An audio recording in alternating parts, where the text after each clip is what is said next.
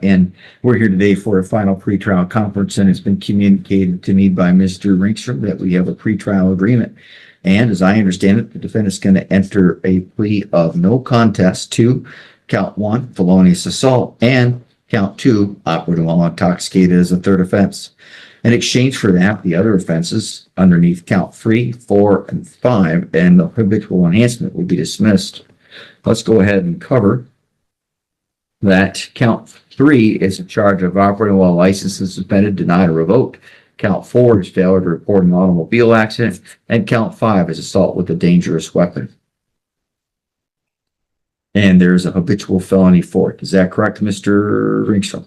That is correct, Your Honor. Mr. Hartel? That is correct. And Mr. Bigger, is that what you think you're doing? Sure. Please raise your right hand. Sir, do you swear or affirm that the information and testimony you're about to provide shall be the truth, the whole truth, and nothing but the truth? I do. You may lower your hand. All right, Mr. Bigger. Looking back to May 10th of this year, 2026, were you on probation, parole, or bond? No, Your Honor. Now, on this felony information, again, I told you you're charged with 5 counts and some enhancements, and I need to go over them with you more thoroughly than I just did a minute ago. Count 1 is the charge of assault with a dangerous weapon. It apparently involves an RV and a person named Colleen Palinaki. Now, that's a felony punishable by up to 4 years and or up to $2,000. And as a fourth habitual felony offender, which is listed on there, that could be increased to up to 15 years. However, if you plead no contest to count 1, and I accept that plea, the prosecutor agrees to dismiss and not have you sentenced as a fourth habitual offender. Count 2 is a charge of operating a vehicle while intoxicated. While initially an operating while intoxicated is a misdemeanor punishable by up to 90 days in fines and costs, this says here that you're charged as a third or subsequent offender. Now, that makes it a felony punishable by a minimum of $500 to a maximum of $5,000. And then the court would have to choose between either 1 year to 5 years of prison, or instead of prison, a period of probation with at least 30 days in jail and up to 1 year in jail. 48 hours must be served consecutively, and you'd have a minimum of 60 to a maximum of 180 days of community service, plus the cost for reimbursement for prosecution, reimbursement for emergency responses. Plus, the Secretary of State may take and add sanctions to your license. I'm told that you're going to plead guilty to that. Now, if you're pleading as a fourth habitual felony offender, that could allow me to increase that punishment from up to 5 years to up to life. But again, that enhancement is going to be dismissed. Counts 2 and 3 are each misdemeanors. Count 3 is operating a vehicle while your license has been suspended, denied, or revoked by the state of Michigan. That is a misdemeanor punishable by up to 93 days and or up to $500, plus vehicle immobilization. That will be dismissed. Count 4, failure to report an auto accident. That's a misdemeanor punishable by up to 90 days and or up to $100. That will be dismissed. By the way, I forgot to mention that on the drinking and driving third, there would have to be vehicle immobilization if it were your vehicle for no less than 1 year and no more than 3 years. Now back to count 5. Count 5 is another charge of assault with a dangerous weapon. This one appears to be, also an RV, but this one against somebody named, the last name is Sisson.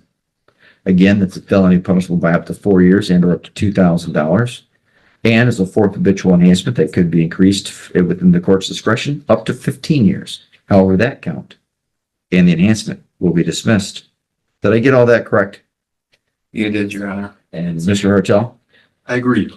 Now, those 2 pleas that we talked about, Mr. Bigger, are going to be no contest pleas. No contest means no contest. It sounds very, very simple. But I'm surprised by how often people don't understand the words no and contest when they're put together. Now, I can accept a no contest plea either because of in the interest of justice, potentially being civilly liable and liberty to be sued, or based upon intoxication and you just don't remember. Which one am I going with, Mr. Hartel? Civil liability. Thank you. So now here's why that's important. I need to make sure you understand, Mr. Bigger. That means you can't come back to this court and say, yeah, at sentencing, normally when people do it. Yeah, well, that's not really true. I didn't really do that. No, you don't get to do that. You don't get to say that. You have it? You understand? No contest means that you don't get to challenge what I'm going to read to support the finding. You understand? All right, thank you. I'm not trying to insult you. It's just from experience. Lots of people love to come back here and say, well, now I remember.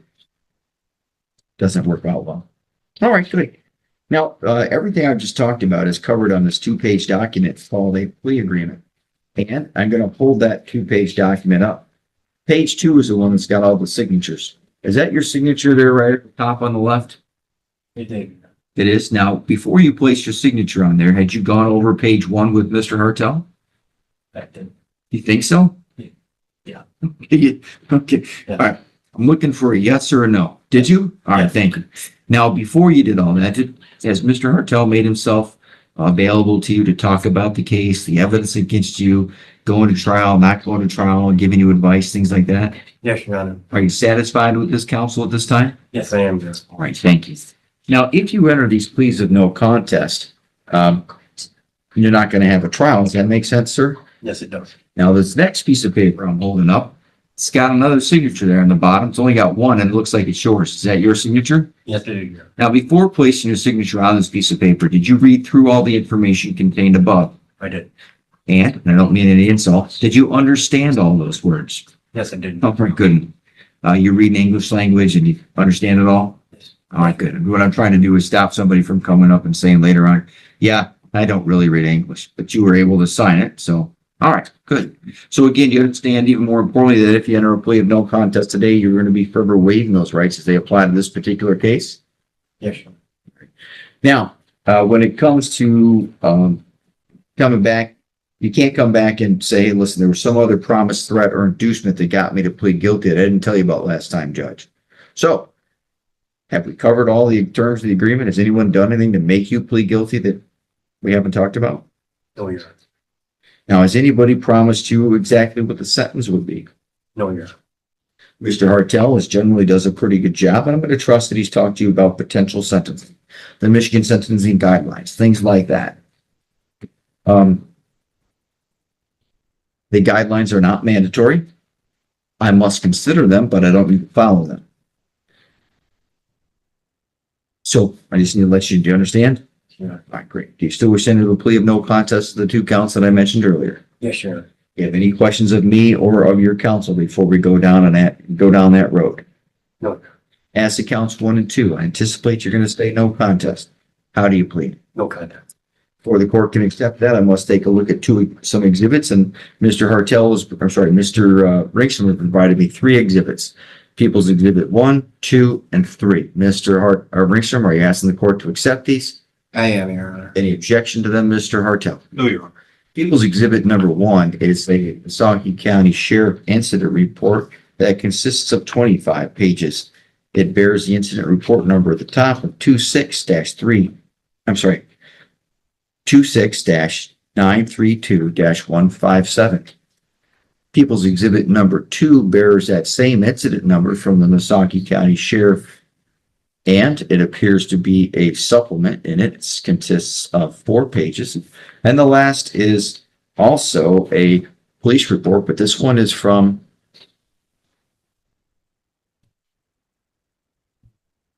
all right, hold on. This is Incident Report 71-1402-26 from the Michigan State Police Department, and it references Ms. Palinaki that I mentioned earlier. All right. First, take a quick look at all these, which again, the court has admitted into evidence.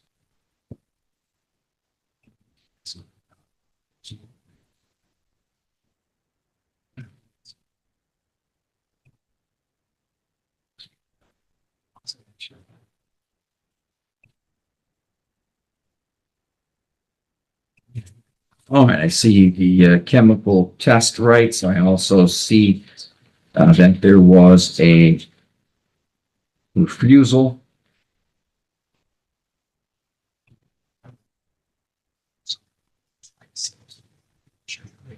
But in People's Exhibit 2, we have a lab report from the Department of the State Police demonstrating that the blood draw for the defendant and it has the right agency number, the incident report number, and the defendant's name, showed a blood alcohol content of 0.279 grams of alcohol per 100 milliliters of blood. Mr. Hartel, does the defense stipulate that the defendant had previous convictions for operating while intoxicated? Looks like the first one was on April 30th of 1999 in the 84th District Court in Wexford County. We do, Your Honor. And also the second was in February 29th in 2024 in that same court. Is that correct? That is correct, Your Honor. Thank you. Well, the court can see here that the defendant was operating a vehicle, and these exhibits definitely support the date, the jurisdiction, and the consumption of alcohol, which I've already gone over. Now, the next thing I need to do here is turn to this question about the felonious assault. And, one moment.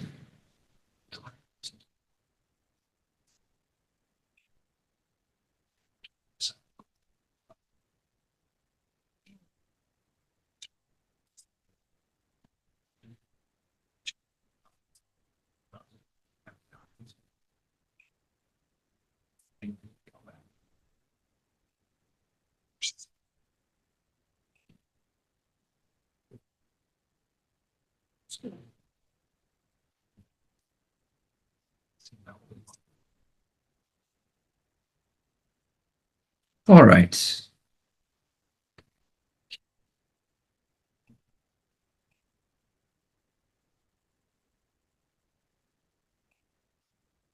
All right, the court specifically finds that information contained in exhibit number 3, as well as exhibit number 1, applies to the felonious assault with the RV camper.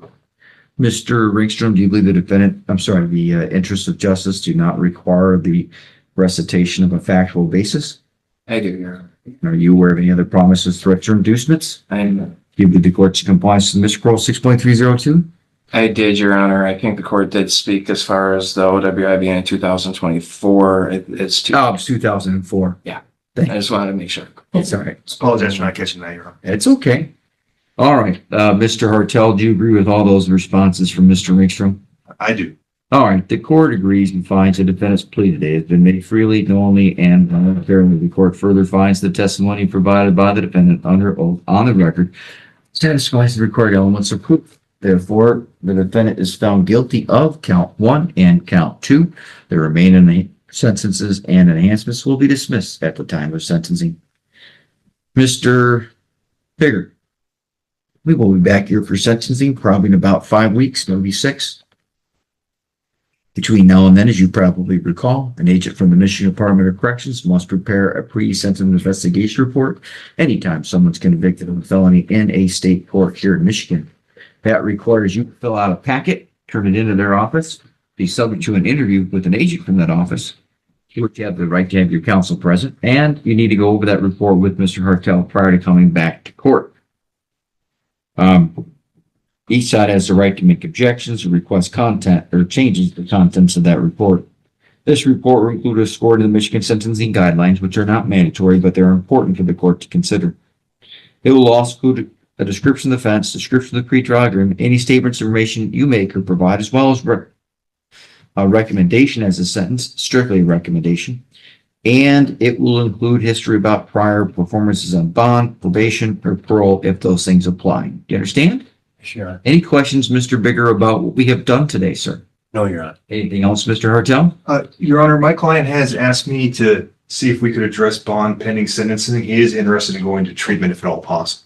Well, let's take a look here. What do we have for a scoring? I don't think I saw one on There there. was no scoring on there, Your Honor. It was the last minute change of the, I believe that it would be 14 to 28, which would score out as a prison sentence. Yeah. The court's going to deny any bond modification at this time. If you're able to get them into a place of treatment, I of course will consider that. All right. Thank you very much. Court revokes bond, remands them into custody, of course, but I'll consider